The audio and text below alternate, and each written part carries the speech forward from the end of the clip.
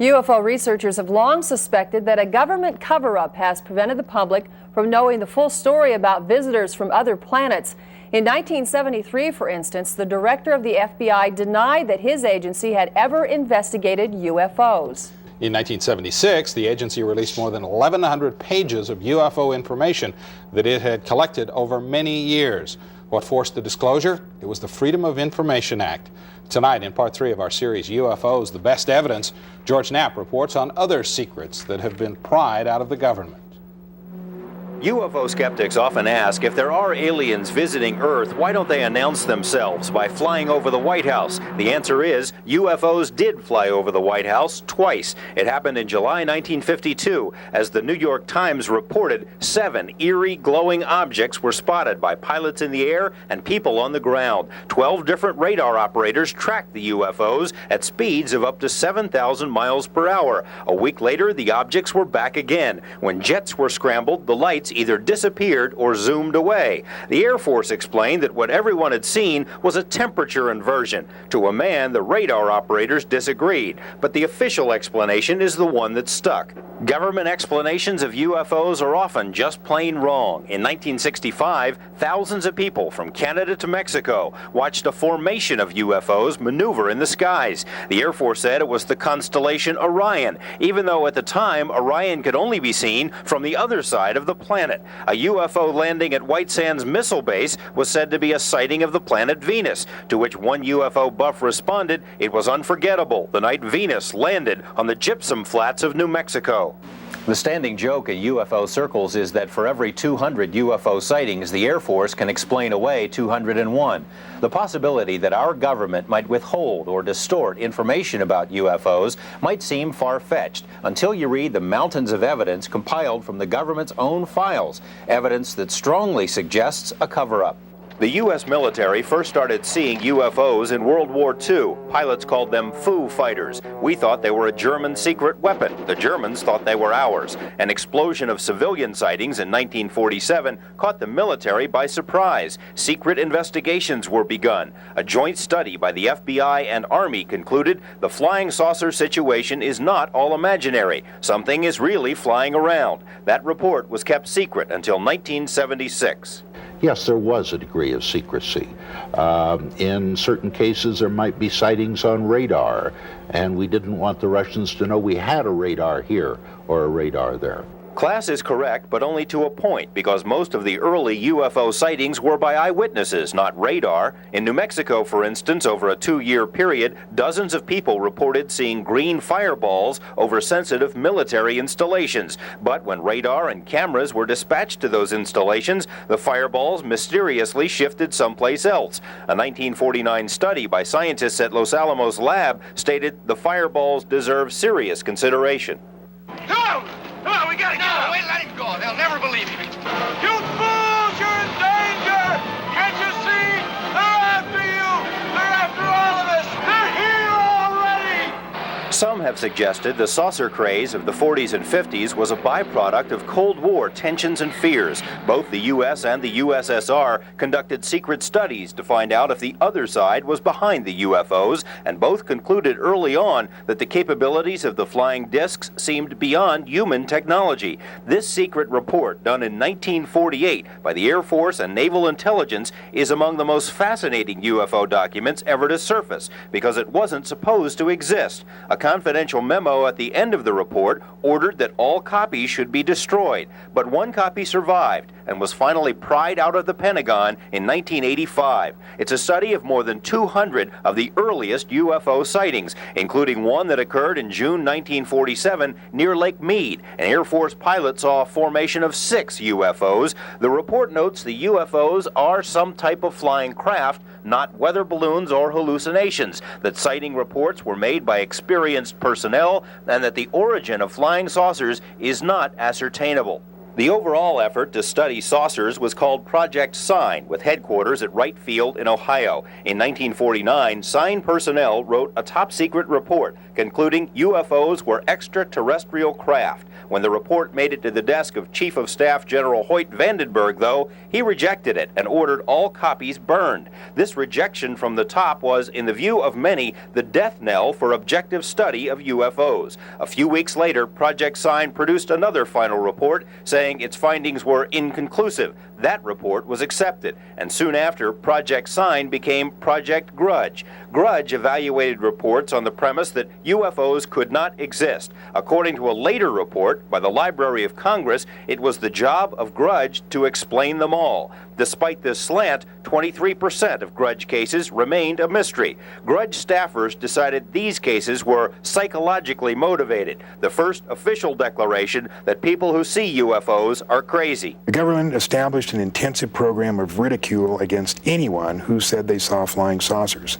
and fear of ridicule was the foundation on which the cover-up was placed. Nobody likes to be ridiculed. The sightings continued nonetheless. In 1952, there were more sightings than the 5 previous years combined, including the Washington, D.C. incidents. Yet another study was launched, Project Blue Book. Blue Book today is notorious in UFO circles as a whitewash. There is considerable evidence the project was far from objective. The man appointed to head Blue Book, Captain Edward Rappelt, says he was told in the very beginning that the powers that be are anti-flying saucer. To stay in favor, it behooves one to follow suit.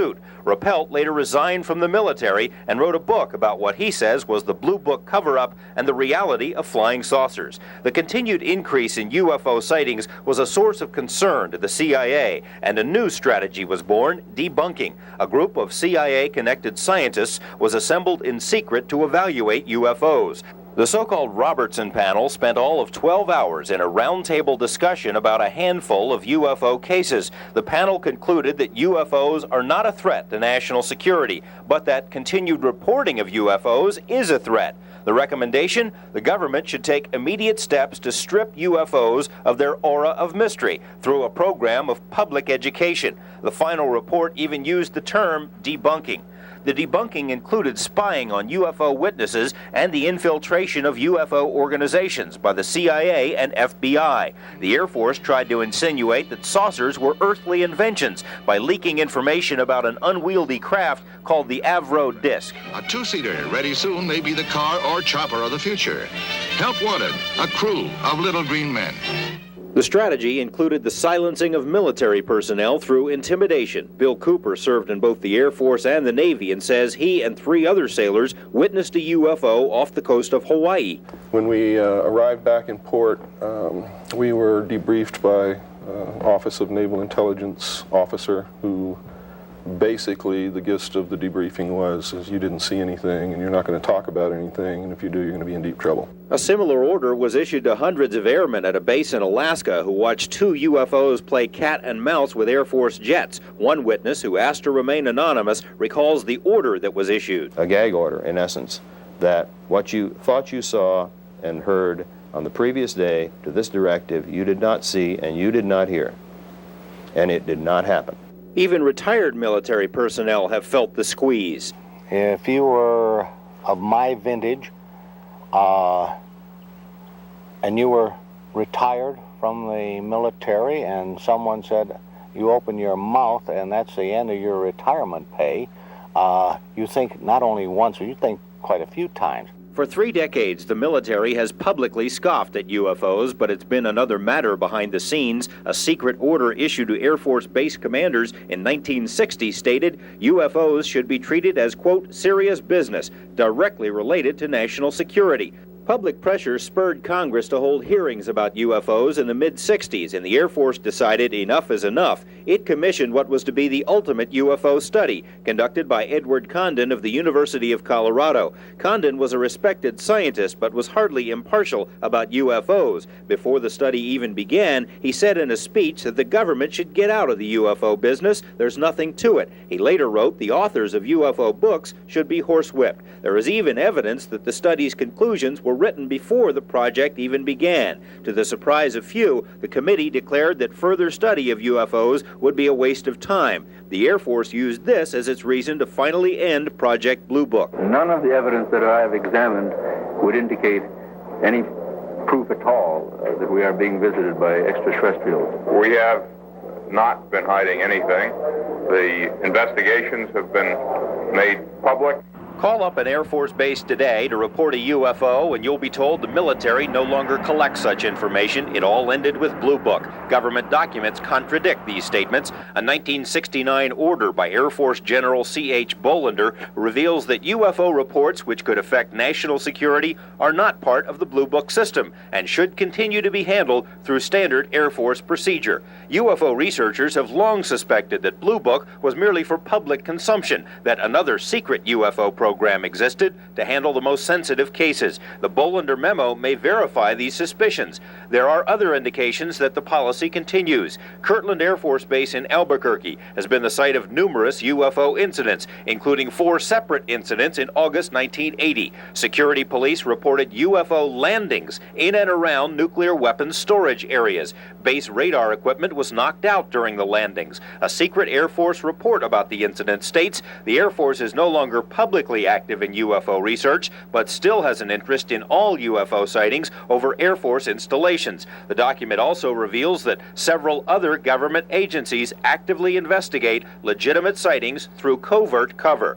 Does this mean CIA? The CIA responds to UFO requests in this fashion. There is no CIA program to actively collect information on UFOs, nor has there been one since the 1950s. This statement flies in the face of numerous reports squeezed out of the agency by Freedom of Information lawsuits. A series of internal memos dated 1976 make repeated references to UFO research, UFO studies, CIA UFO experts, and agency personnel who are monitoring the UFO phenomenon. The reluctance to admit an interest in UFOs dates back at least to 1952. An internal letter from CIA's weapons chief states it is strongly urged that no indication of CIA interest reach the press or public in light of their alarmist tendencies. Officially, CIA and other government agencies say their lack of interest is because UFOs pose no threat to national security. Yet UFOs have made alarming intrusions at our most sensitive military bases. As the Washington Post reported,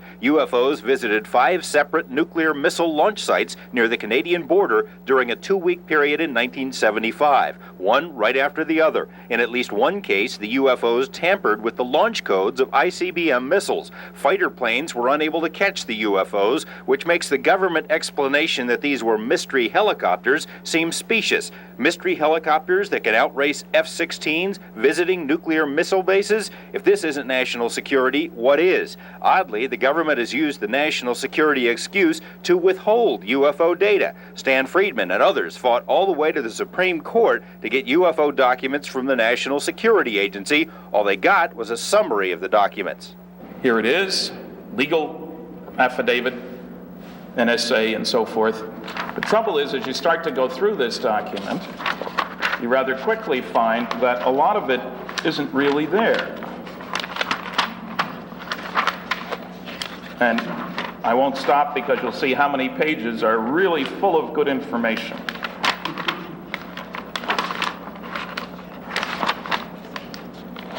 To make a long story short, approximately 75% of this document isn't there. It's the biggest secret in the history of mankind, and the government is not going to let this out. Who's not going to let it out? Is there a secret government within the government? And what, if anything, do UFOs have to do with the mutilation of cattle in Nevada and elsewhere? More on these topics tomorrow. George Knapp, Eyewitness News 8.